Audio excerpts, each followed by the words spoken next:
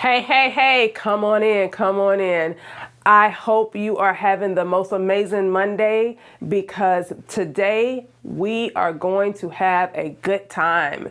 Our guest is a father of two, a God-fearing husband, mental health professional, veteran, author, singer. Y'all, he has done it all and he is here to drop gems.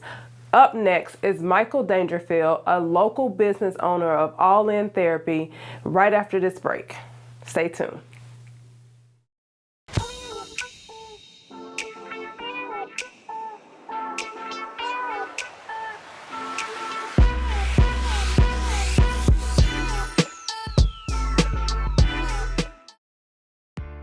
Do you have a story to tell? Wait. We all have a story to tell. If you are ready to tell your story as it relates to your mental health and the journey, the struggle, the management, the awareness, the lack thereof, we want you at Am I Crazy with LaShasta Bell.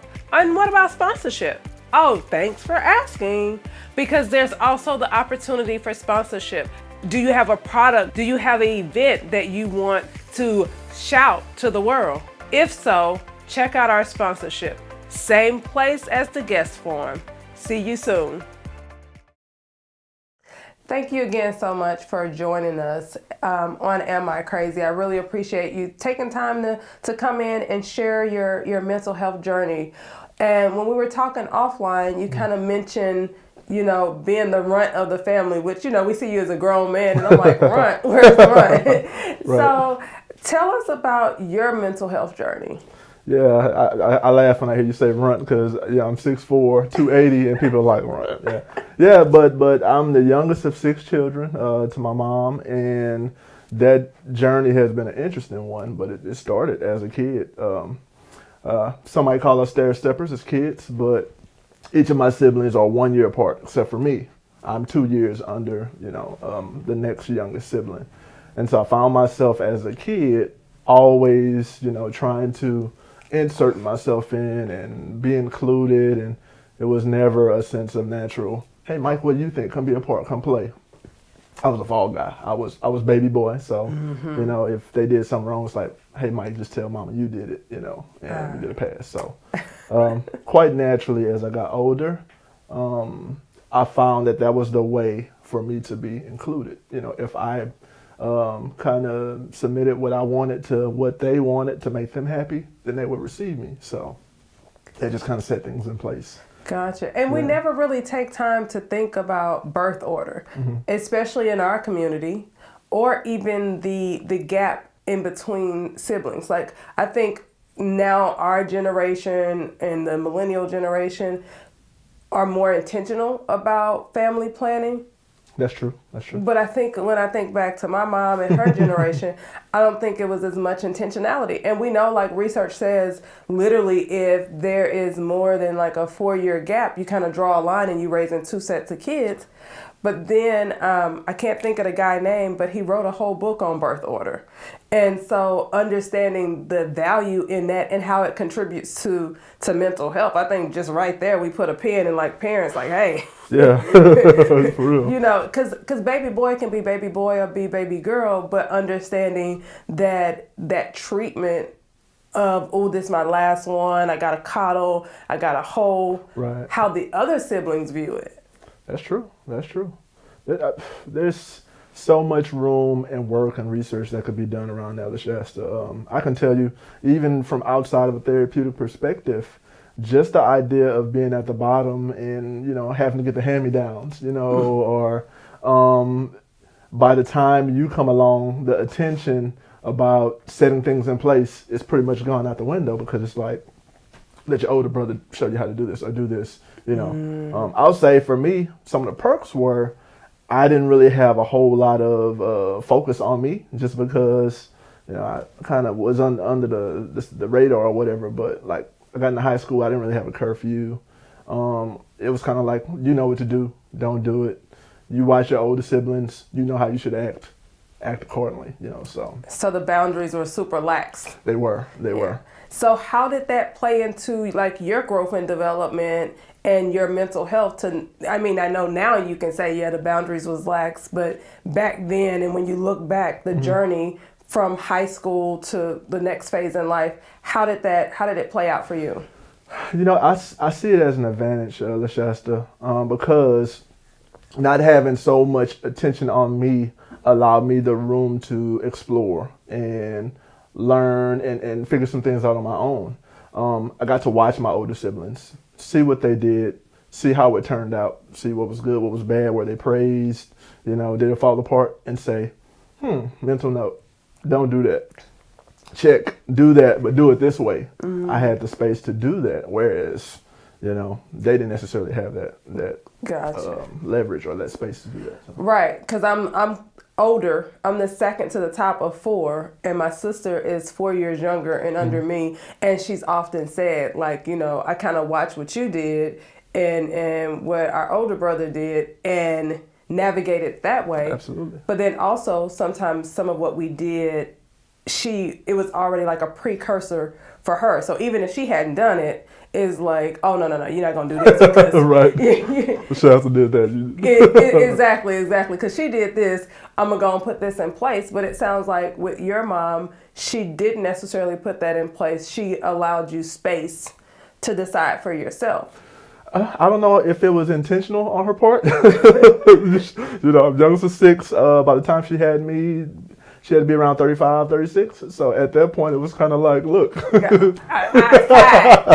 You at the top and the one at the bottom.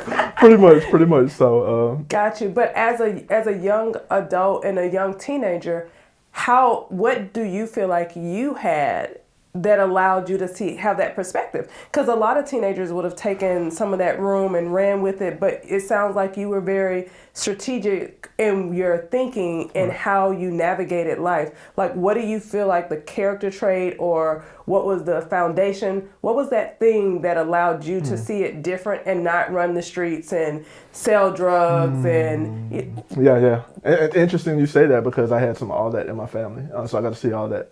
Honestly, and I don't want this to sound cliche or like I'm preaching, but it was the spiritual side of things. It was spirituality for me. One thing my parents did a good job of doing was making sure, we went to church and, we had Bible classes and all those kind of things.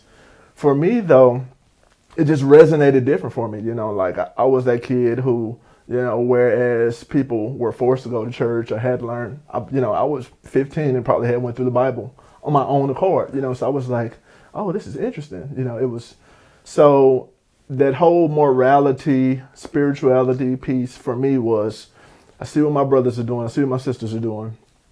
That's right, that's not wrong from a moral perspective. I don't want things to turn out like that for me.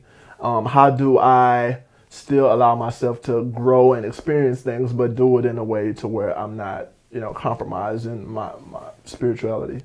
And I can't say that I did anything on my own. It was a path that was kind of laid out for me. So I had older brothers who were like, punch me in the chest if they see me doing something I had no business doing. And my older sisters would talk to me about, girls don't like that or whatever. So I had this dynamic where everybody just kind of invested in me and said, not only do you get to watch us do what we did, and adjust yourself accordingly, but we're not going to let you turn out, like we did in some of these situations. So gotcha. I just really feel like I was #blessed. Yeah, you right. were. I mean, it sounds like your village really, it might have started one way when you were younger, but once you identified who you wanted to be, it sounds like your siblings gathered around and like, we're going to hold you accountable for who you say you are.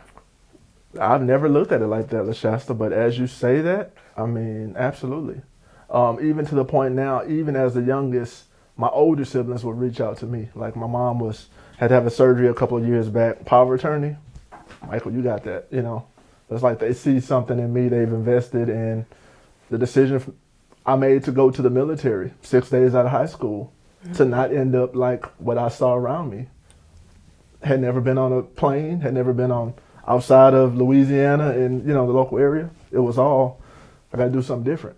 and they supported me in it. So Wow, and that was different. military structure, discipline, you know, like, yeah, it was different. No curfew in high school versus now I'm grown and I have a curfew. I'm being told when to eat, what to eat, how to eat.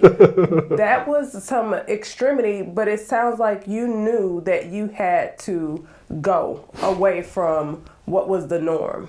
Absolutely, absolutely. I've always had this yearning to not be limited to my surroundings. And I grew up, I mean, if you know anything about Houston, I grew up in South Park. So, you know, what I saw a lot of and what I experienced even in my own home, I didn't want that for my life, you know. So I was like, you know, I got accepted to all these schools and I did great in high school in a Vanguard program, but I didn't get the money like I needed. And I was like, I cannot stay around here and, you know, become a statistic or a product of my surroundings. So first thing, smoking. Was the military. So you go into the military, and how is that experience as it relates to being a black man, mental health? Look, just so you give us a snippet because you might have to come back for season 2. Another guest this month already put his disclaimer out there. I'm coming back for season 2 to talk about da-da-da-da-da. Yeah. So just as you're journeying along and you realize, okay, my spirituality has kept me intact, it's kept me with a moral compass, and then you go into the military. How does that transition into military life? Oh, that was an interesting transition. I did about 6 years in the military. I went in with the idea of doing some technical work. They brought me in to do electronics, so it was mentally stimulating. But when I got into the structure of it, the order, you know, being in a situation where racism is live and thriving, you know, and it was different. Like I really had to develop some mental integrity, you know, fortitude. That was actually where all the stuff I had learned. And, you know, like you said, my brothers and sisters, my siblings poured into me and invested. I had to utilize that. That was the testing ground, because when I was in boot camp, I experienced a lot of stuff I had not experienced. I couldn't give up. I couldn't go home and I couldn't call my mom. I couldn't, you know, it was 2.5 months of grind from 2, 3, 4 in the morning until 1, 2 in the morning at night when you went to sleep just to wake back up. And so that was where mentally I had to do some work to say, okay, am I going to allow this to break me? Or am I going to use this opportunity to learn what I can, to sharpen myself, and not lose myself in the process, kick out the stuff that I don't need. And again, by the grace of God, spiritually, I feel like he allowed me to make it through that, and not only make it, but thrive, you know. So then, even though I was in an environment where I knew that the structure and order, racism, all kind of stuff was still in place, the idea of treat others how you want to be treated, the idea of, you know, this person is probably dealing with something on their own and they are, you know, just responding to you out of that, or they're using their position as an authority to, you know, make themselves feel better because they didn't have much. Like all this stuff, me at 18 years old, barely 18, was going on in my mind, and I'm like, okay. And I just used it to govern. Okay, I don't have to act like that. Okay. But I recognize where it comes from. So. Gotcha. So we're going to take a quick little break. When we return, we will talk about how Michael pivoted from military to mental health professional. We'll be right back. We offer face-to-face and virtual counseling throughout the state of Texas. www.ichoosemecounseling.com. All right, so now we heard your journey up until the age of 18 to 24. What happens from there to now? Because you sit before us as a licensed professional counselor, and you were in the military for electronic work. Right. Right. Interesting, right? Right. Which is not uncommon, but how did you get to be who you are today from that space? So one of the things that the military afforded me an opportunity to do that I didn't have before was to travel and to be exposed to different cultures, different groups, different countries. And during that process, LaShasta, while I was passionate about electronics and the communication, the technical stuff, I found the most pleasure out of working with people. And it was the volunteering for the Habitat for Humanity, or working with the CDC Centers on Base for Child Care, and just mentoring and helping people that really struck a chord with me. So towards the end of the military, my decision to get out the military was kind of forced upon me when I had an injury to my foot and had to have some surgery. It just was not healing right. And I knew that at that point I was going to be getting out. And I said, well, man, what is it that I want to do with my life? You know, what is it that I want to do when I leave this military world and go back to the civilian world? And the only thing I could think of was, I want to work with people. I got to be in a capacity where I feel like I'm helping people, you know. And so I couldn't identify what it is I wanted to do. So then I just kind of identified what I wouldn't do. So that's a good one. Yeah. So teaching was something I was like, I love education, but I don't have the patience to, you know. So I just went through this list. And I started off with the first general studies kind of program I was in, and it was human services. And so my human services degree was a Bachelor of Science. And as I was just learning more about all the different aspects of human services, what people do, how people can help others, the one that really resonated with me was like the therapy side of it, the counseling, the helping profession. I was like, yeah, that looks like me, because I would have wanted that for myself as a kid. Like, I wish I had all that. And so it just became this organic process where, you know, bachelor led to master's led to another master's, and then just trying to figure out how I can be the best helper. I found that in, you know, training up and learning to help others, I was benefiting myself as well. So one of the things that I really enjoy is my life has value and meaning and purpose when I have an opportunity to help others. Now, I know that's a separate and apart process, right? Because people have to do their own work, but I get to share professionally and personally in some of that, you know, because I know what that looks like, if that makes sense. But that's pretty much been my story, from communications, electronics, to sitting in a space with people where they literally come towards me to tell me what they're struggling with, and we clinically and, you know, in a very person-centered kind of way, you know, address those things. Okay, so from one type of communication to another type of communication, basically. So never thought of it that way, but yeah, that's why they pay you the big bucks, right? Who is they? What they at? So currently, I know that you practice in Houston, and one of your specialties is men's issues, and you even authored a journal, which I have it and totally forgot to bring it to put it on display, but we will make sure that it's available. Right. So tell us, how did you come about to the space of like, let me create this book, this journal for men? Oh, okay. So this might be the part 2 that you're talking about, but I'll fast track you through it.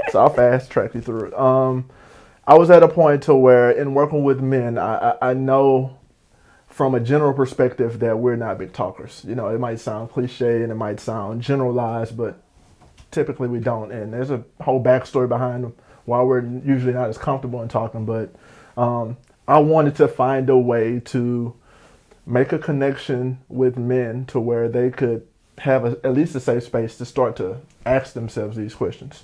At one point, I was doing this thing where I was going to different barbershops, you know, and having these conversations with men in barbershops, because that's where we talk.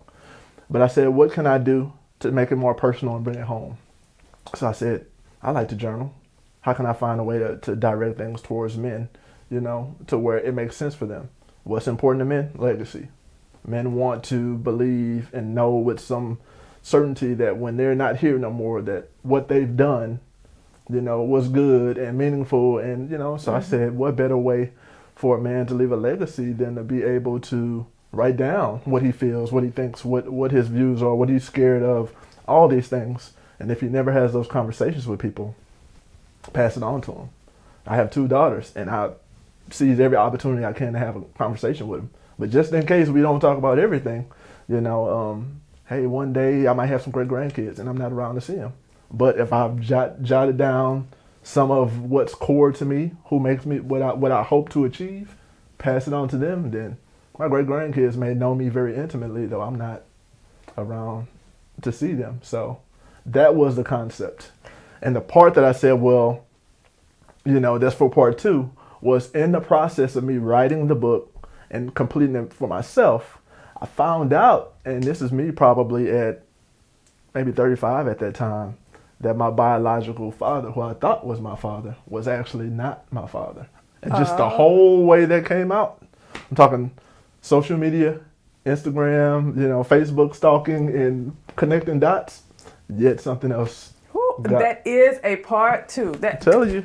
Look, that is a part 2. For real. Because this Ancestry.com, this AfricanAncestry.com, right. There is no closet with no skeletons. Like, what it is like, bring them out. Right. And like you said, and social media. You would not be the first person that I've heard that they discovered some biological family through social media. So yes, that is part 2. Right. I want to back up because the way you frame the journal and the book the journal that you've created for men about the legacy, because many a great men left their words in writing, and that's how we're able to regurgitate them, allow them to resonate with us. And so that's important. Like, that piece is important for men to understand about themselves, because some of them recognize, they want to leave a legacy, but they struggle with how. And to understand, it could be as simple as sitting 15 minutes a day or 3 times a week, writing the things that you may not ever say aloud. Absolutely. That's good stuff. Like that, and we know the value of journaling as clinicians, but that takes it to a whole nother space. And it's crazy because I was on Amazon, one of my favorite places, and I came across shout out to Amazon, maybe, I don't know. I came across this book that said, "Mom, I want to get to know you better," and they have different versions of it, but basically it's like the premise, but it's more of everything, not just mental health. It's like, how old were you when you did this? What's your favorite thing at this age? When were you born? What time? Cool.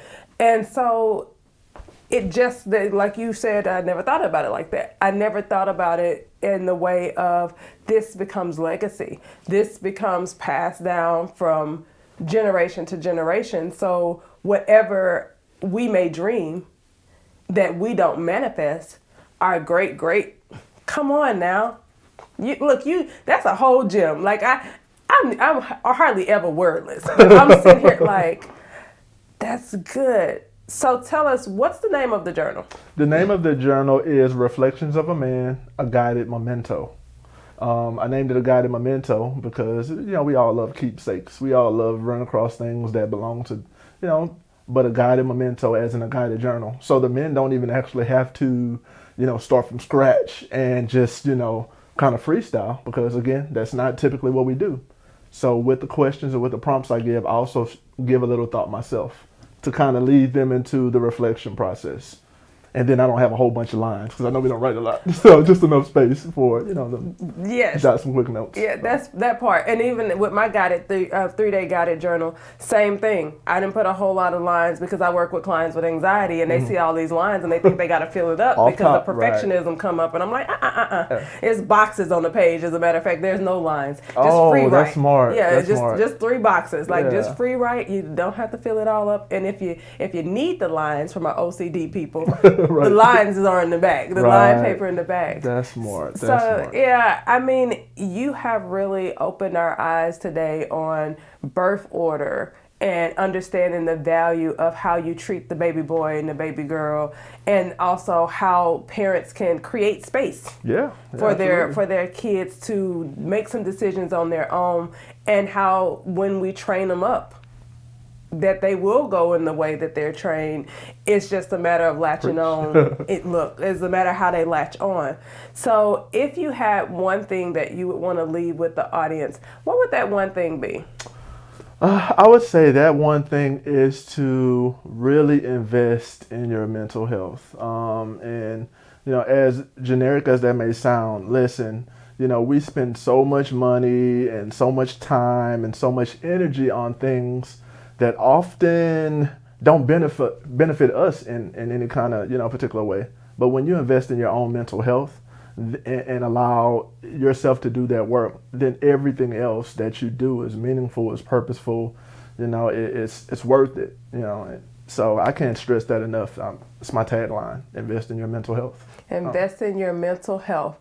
Now, I know we're supposed to wrap, but I got one more question. Okay, yeah, go for it. When you say invest, what could that look like? Because, sometimes people think like, oh, I'm not going to go to therapy. But the story you just shared, you invest in your mental health along the way in so many different capacities. Right. So what could that look like for someone that's watching that maybe say, I can't afford therapy, or my parents wouldn't let me go to therapy, or my spouse wouldn't agree with it, I don't want to do it in secret. What could be something simple they could do to invest? Oh, there's so many different things. And you mentioned it. Journaling can be, an investment in your mental health. Just taking the time to take whatever it is that's in here, and get it out and write it out. That's an investment.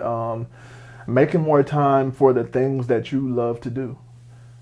As kids, we celebrate. People applaud us. We have birthdays. We get older, and those celebrations get limited to, birthdays or anniversary, but seizing opportunities to actually just embrace the moment, be happy, applaud yourself sometimes. All those are investments in yourself, but if you allow yourself to get caught up in the busyness of the world and everything else and the bills and the struggles, then naturally you're not investing in yourself. You are doing whatever you need to do for others a lot of times in order to survive. So. Okay.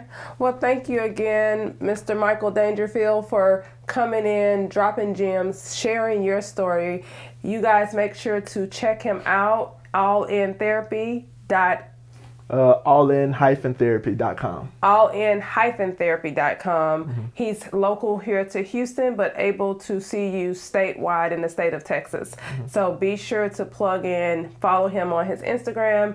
He's always dropping gems there as well. Until next time, take care.